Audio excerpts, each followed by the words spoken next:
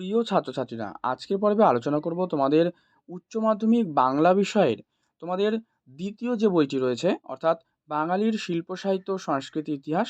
এখানে বেশ কতগুলো পাঠ রয়েছে, যেমন বাংলা গানের ধারা, চিত্রকলা, চলচ্চিত্র, বিজ্ঞান চর্চা, গান। এই যে পাঠগুলো রয়েছে এখান থেকে, তারপর ভাষা অংশ থেকে সর্বশেষ বাছাই করা কয়েকটি প্রশ্ন নিয়ে আলোচনা করব। 25 থেকে 30টি প্রশ্ন। তোমরা অবশ্যই ভালো করে প্র্যাকটিস করো। এর আগের পর্বে একটা এমসিকিউ পার্টের গল্প অংশ থেকে, মানে প্রথম যে বইটি তোমাদের রয়েছে পাঠ্য বই, সেখান থেকে আলোচনা করেছি।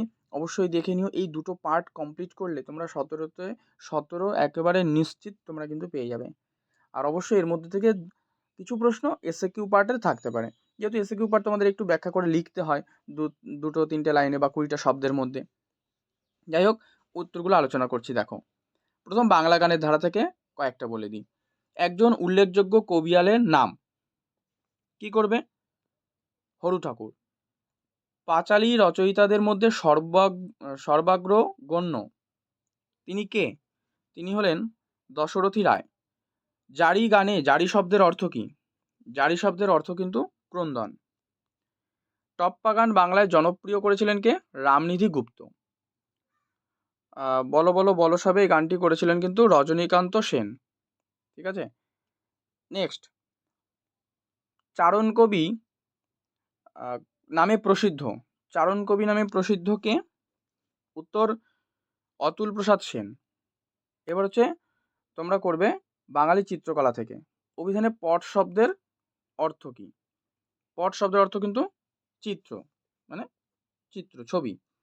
8 দাগ, অস্বচ্ছ জল রঙে আঁকা ছবিকে কি বলা হয়? এটা করবে গুয়াস। 8 খ। 9 দাগ, শৈলী শব্দের অপর নাম কি? রীতি। 10, কোন বিখ্যাত শিল্পী কালীঘাটের পট কিনেছিলেন? Pablo Picasso. 11, Indian academy of fine আর্টের প্রতিষ্ঠাতা নন্দলাল বসু। 11 করবে। আচ্ছা, এই 11টা করো হেমেন মজুমদার। ঠিক আছে, হেমেন মজুমদার, এটা করো 11 খ। 12 দাগ, চলচ্চিত্র থেকে এবার আলোচনা করছি। ভারতীয় তথ্যচিত্রে প্রথম তথ্যচিত্রকার হলেন কে? 12 দাগ করো হীরালাল সেন। ভারতীয় প্রথম যে সবাক ছবি, এটা করবে 13 দাগের ক্ষেত্রে তোমরা করো আলম আরা। এটি হচ্ছে প্রথম ভারতীয় সবাক চলচ্চিত্র, আলম আরা। আর যদি বলে ভারতের প্রথম নির্বাক চলচ্চিত্র, তখন হবে রাজা হরিশ্চন্দ্র।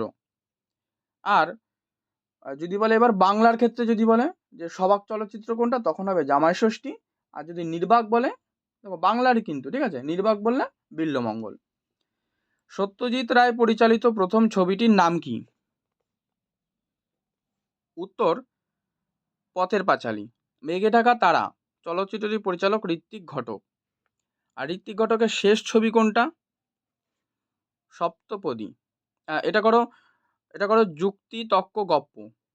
আর উত্তম সুচিত্রা জুটির যে প্রথম ছবি, এটা করবে হচ্ছে হারানো সুর। প্রথম ছবি হচ্ছে হারানো সুর। নেক্সট, কলেজ প্রতিষ্ঠা হয় কবে? 1817 খ্রিস্টাব্দে। আচার্য জগদীশচন্দ্র বসু কবে বসু বিজ্ঞান মন্দির স্থাপন করে? উত্তর করো 1917।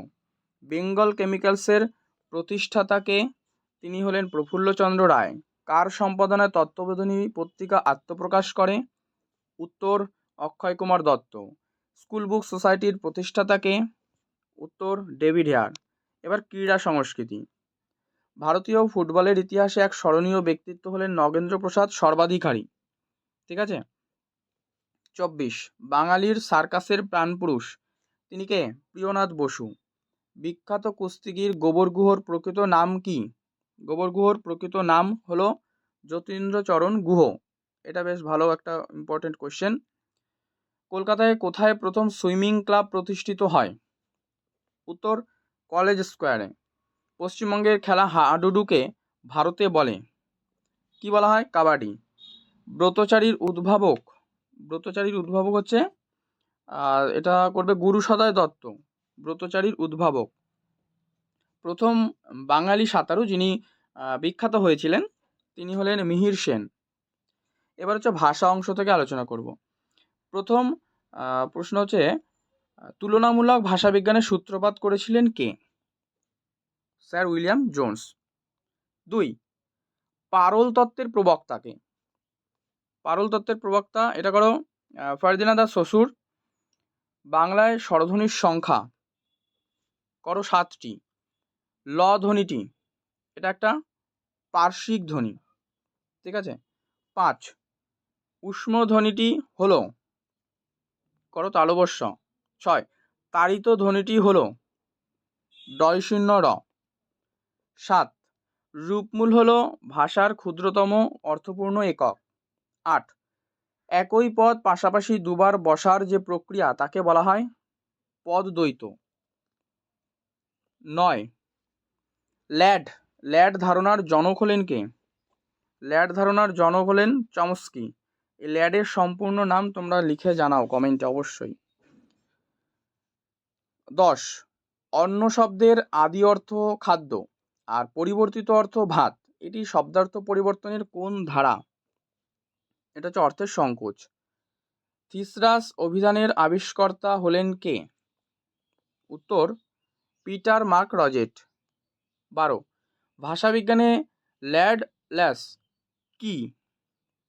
ল্যাড এটা করবে ভাষা শেখার যন্ত্র, ঠিক আছে। আচ্ছা, দুটোই তোমরা কমেন্টে জানাবে যে ল্যাড আর LAS এর ফুল ফর্মটা কি।